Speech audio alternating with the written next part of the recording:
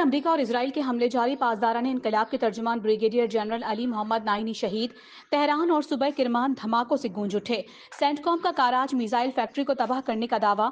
امریکہ کی ایران جنگ کے لیے مزید جنگی جہاز اور فوج بھیجنے کی تیاری۔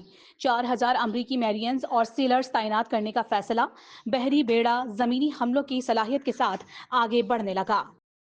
ایران کا اسرائیلی شہر حیفا کی آئل ریفائنری پر حملہ، شہر میں بجلی منقطع۔ پاسداران انقلاب کے مطابق اشدود اور حیفا ریفائنری پر حملوں میں پہلی بار multi war had Nasr Allah missile کا استعمال کیا گیا۔ امریکہ کے F-35 لڑاکا طیارے کو بھی نشانہ بنایا گیا۔ امریکی حکام کی F-35 کی مشرق وسطی میں ہنگامی لینڈنگ کی تصدیق۔ امریکی نشریاتی ادارے کا طیارے کو نقصان پہنچنے کا دعویٰ۔ ایران نے آپریشن وعدہ صادق 4 کی 67ویں لہر کے تحت اسرائیلی اور امریکی اہداف پر نئے حملے کر دیے۔ پاسداران انقلاب کی جانب سے نئے حملے کی ویڈیو جاری۔ نئی لہر میں بیلسٹک میزائلوں اور ڈرونز کے ذریعے امریکی اور اسرائیلی اہداف پر حملے۔ کارروائی کو پاسداران کے شہید ترجمان بریگیڈیئر جنرل ڈاکٹر علی محمد نائینی کے نام سے منسوب کر دیا گیا۔ تنصیبات کو دوبارہ نشانہ بنایا گیا تو رد عمل انتہائی سخت ہوگا۔ وزیر خارجہ عباس عراقچی کا انتباہ، کہا اسرائیل کے حملوں کے جواب میں محدود کارروائی کی گئی۔ خلیج میں توانائی تنصیبات پر حملوں میں عسکری قوت کا معمولی حصہ استعمال کیا۔ اب تک تحمل کا مظاہرہ، کشیدگی میں کمی کی درخواستوں کے احترام میں کیا۔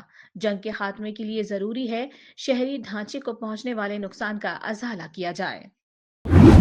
اسرائیلی وزیر اعظم نیتن یاہو منظر عام پر ایران کے خلاف زمینی کارروائی کا عندیہ دے دیا۔ کہا زمینی فوج کے بغیر ایرانی حکومت کا تختہ نہیں الٹ سکتے۔ ساؤتھ پارس پر حملہ اسرائیل نے کیا تھا، تاہم ٹرمپ نے مزید حملوں سے روک دیا ہے۔ یہ بھی واضح کر دیا کہ اسرائیل نے امریکہ کو ایران جنگ میں نہیں گھسیٹا۔ ایران کے جوہری پروگرام، بیلسٹک میزائلوں کا خاتمہ اور حکومت کی تبدیلی اہداف قرار۔ امریکی صدر ڈونلڈ ٹرمپ نے ایران سے جنگ کو شطرنج سے تشبیہ دے دی۔ ایرانی کو ذہین قرار دیتے ہوئے کہا کہ ہم بہت ہوشیار لوگوں سے یہ شطرنج کا کھیل کھیل رہے ہیں، بلند آئی کیو رکھنے والے لوگوں سے نمٹ رہے ہیں۔ اس سے پہلے ان کا کہنا تھا کہ اگر ایران نے قطر پر پھر حملہ کیا تو خطرناک حد تک جانے سے نہیں ہچکچاؤں گا۔ اسرائیل اب ایران کے پارس گیس فیلڈ پر حملہ نہیں کرے گا۔ ایرانی صدر مسعود پزشکیان نے اسرائیلی حکومت کی نوعیت کو ریاستی دہشت گردی پر مبنی قرار دے دیا۔ کہا صہیونی حکومت کی نوعیت ریاستی دہشت گردی پر مبنی ہے۔ ایران کے خلاف امریکی جارحیت اور قیادت کی شہادت بین الاقوامی تنازعات کے لیے ایک نیا طریقہ ہے جو دنیا کے قانونی نظام کو تباہ کر دے گا۔ عالمی برادری بحران کے خلاف کھڑی نہ ہوئی تو یہ آگ بہت سے لوگوں کو جلا دے گی۔ ایران کے خلاف جنگ میں امریکی فضائیہ کو بڑا دھچکا۔ اب تک امریکہ کے 16 لڑاکا طیارے تباہ ہو چکے، 6 متاثر ہوئے۔ امریکی جریدے بلومبرگ کی رپورٹ میں تہلکہ خیز انکشاف، 10 ریپر اسٹرائک ڈرون طیارے بھی ایرانی دفاعی نظام کا نشانہ بنے۔ سری لنکا نے امریکہ کو بڑا جھٹکا دے دیا، جنگی طیاروں کے لیے اڈہ دینے سے انکار۔ سری لنکا کے صدر کمارا دسانایاکے نے پارلیمنٹ میں بتایا کہ امریکہ نے مارچ کے آغاز میں 2 جنگی طیارے مٹالہ انٹرنیشنل ایئرپورٹ پر تعینات کرنے کی درخواست کی تھی۔ ان طیاروں پر اینٹی شپ میزائل نصب تھے، تاہم سری لنکن حکومت نے درخواست واضح طور پر مسترد کر دی۔ امریکہ متحدہ عرب امارات کو $7 ارب مالیت کے ہتھیار فروخت کرے گا۔ $5.6 ارب کے پیٹریاٹ میزائل اور $1.3 ارب کے جدید جنگی ہیلی کاپٹر شامل۔ امریکی اخبار کے مطابق ٹرمپ انتظامیہ نے UAE کو ہتھیاروں کی فروخت کی منظوری بھی دے دی۔ عالمی منڈی میں خام تیل اور گیس کی قیمتوں میں اضافہ، برنٹ خام تیل کی قیمت $160 فی بیرل تک جا پہنچی۔ WTI کی قیمت $93 سے زائد ہو گئی۔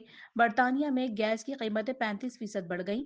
ایران جنگ شروع ہونے کے بعد سے یورپ میں گیس کی قیمت تقریباً ڈبل ہو چکی۔ ریلوے ٹریک اڑانے والے نیٹ ورک کے 5 ملزمان گرفتار۔ DIG CTD captain retired Ghulam اصفر مہیسر کی کراچی میں پریس کانفرنس۔ کہا ملزمان سے دوران تفتیش اسلحہ اور گولہ بارود برآمد ہوا۔